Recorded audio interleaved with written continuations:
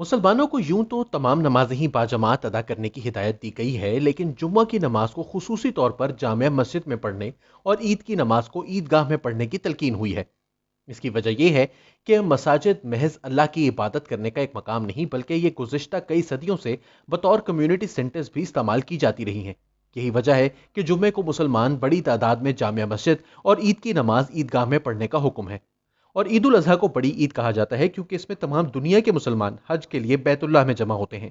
आलिम दीन डॉक्टर हमीदुल्लाह के मुताबिक ये इज्तिहाद के लिए एक बड़ा मौजू मौका हुआ करता है कि जब दुनिया के तमाम ममालिक से आए मुसलमान एक जगह इकट्ठे हों। इससे वाज़ेह होता है कि ईद उल अजहा को बड़ी ईद क्यों कहा जाता है। ताहम इस साल ईद उल अजहा पर कोरोना वायरस के फैलाव के डर से दुनिया भर से हज्जाज इकट्ठे नहीं हो सके और हज को सिर्फ मकामी अफराद तक महदूद कर दिया गया है। ये मकामी अफराद भी बड़ी तादाद में यहाँ जमा नहीं हो सकते।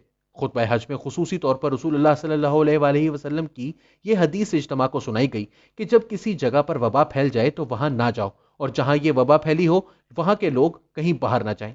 इस ईद की मुनासबत से इससे बेहतर कोई नसीहत हो नहीं सकती जो खुद अल्लाह के नबी सल्लल्लाहु अलैहि वसल्लम ने हमें कर छोड़ी है और क़यामत तक के लिए एक मिशल राह है। ताहम चंद ऐसे मामलात हैं जिनके हवाले से अवाम उन्नास को हर साल एहसास दिलाया जाना जरूरी हुआ करता है। जैसा कि ऊपर बयान किया गया कि ये दुनिया भर पर एक ऐसा कड़ा वक्त है कि ऐसी सूरत में अल्लाह ताला ने हज बैतुल्लाह को भी महदूद करने की इजाजत दे रखी है। इसी चीज को जहन में रखते हुए इस ईद उल अजहा पर बड़े इज्तिमाआत से परहेज बरता जाए। अक्सर लोग इस ईद के मौका पर सारे खानदान को इकट्ठा करके बारबेक्यू और दीगर लवाजमात से दावतें किया करते हैं, लेकिन इस साल ऐसा करना आपके और आपके प्यारों के लिए खुदा नख्वास्ता जानलेवा भी साबित हो सकता है। इसलिए कोशिश कीजिए कि हज के महदूद किए जाने के पीछे छुपी हिकमत और रसूल अकरम सल्लल्लाहु अलैहि वसल्लम के दिए सुनहरे उसूल को मलहूज रखते हुए वही किया जाए जो खुद को और अपने प्यारों को तंदुरुस्त रखने के लिए जरूरी है। याद रखें, कोरोना वायरस अभी खत्म नहीं हुआ, ये किसी भी वक्त दोबारा तेजी से फैलना शुरू हो सकता है, इसलिए एहतियात कीजिए।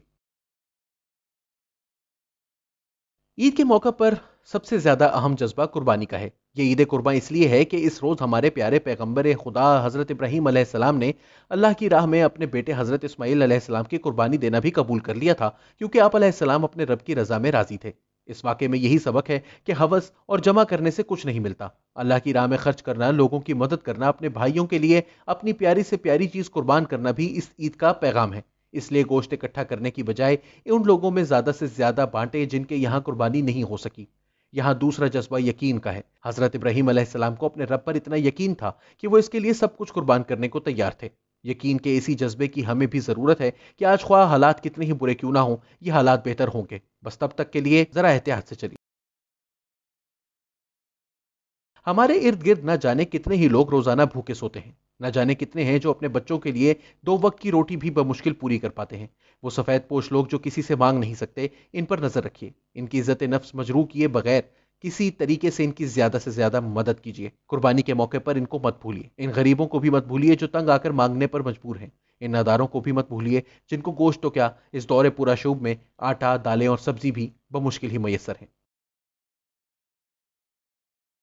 कहीं कलेजी भुन रही है तो कहीं पुलाव की यखनी चढ़ाई जा चुकी है। बकरे की पुट की बोटियां, गाय का स्टेक और बाहर कोयलों की महक जिन पर कुर्बानी का गोश्त भुना जा रहा है। किसका दिल नहीं करता कि सब कुछ खा ले। लेकिन एक पुरानी कहावत है कि दुनिया में इतने लोग भूख से नहीं मरते जितने ज्यादा खाकर मर जाते हैं। हकीकत भी शायद कुछ ऐसी ही है। ज्यादा खाना बीमारियों को दावत देने के मुतरादिफ है।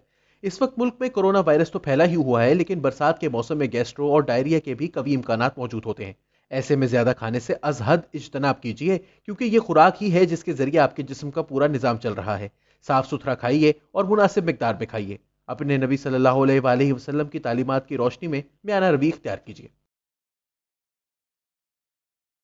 एसोसिएटेड प्रेस ऑफ पाकिस्तान की एक खबर के मुताबिक सिर्फ महकमा दाखिला पंजाब के रेडार पर इस वक्त 82 ऐसी कालादम तंजीमें हैं जो कुर्बानी की खालें इकट्ठी कर रही हैं।